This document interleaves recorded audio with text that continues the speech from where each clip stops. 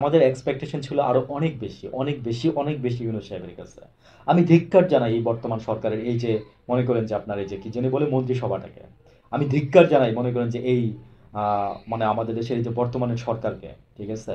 আমরা যা আশা করছিলাম তার ছেঁটাফাটাও পাই নাই। এদিকে শুনতেছি যে পিনাকি, হ্যাঁ, ইলিয়াস, তারপরে যে মাহবুব মানে আমার দেশ পত্রিকার মাহমুদুর রহমান, হ্যাঁ, এরা আপনার একটা দল গঠন করবে। I appreciate them, I appreciate them, এবং সেই দলে আমিও জয়েন করব। কারণ আমি বলি নাই যে আমি আওয়ামী লীগে জয়েন করবো, বিএনপি, মানে কোনো রাজনৈতিক দলের নাম আমি নেই নাই এখন পর্যন্ত। যদি ওরা রাজনীতি করে আসে দেশে, তাহলে আমি ওদের রাজনীতিতে জয়েন করব। ঠিক আছে?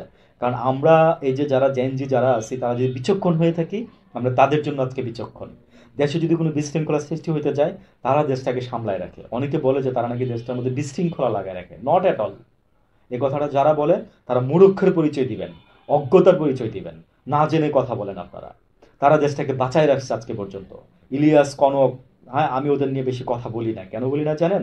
বললে বলবে যে ওদের ভিডিও দেখে কথা বলি, ওদের ভিডিও দেখে ন্যারেটিভ তৈরি করি। Not at all. আমি আমার নিজের কথা বলি।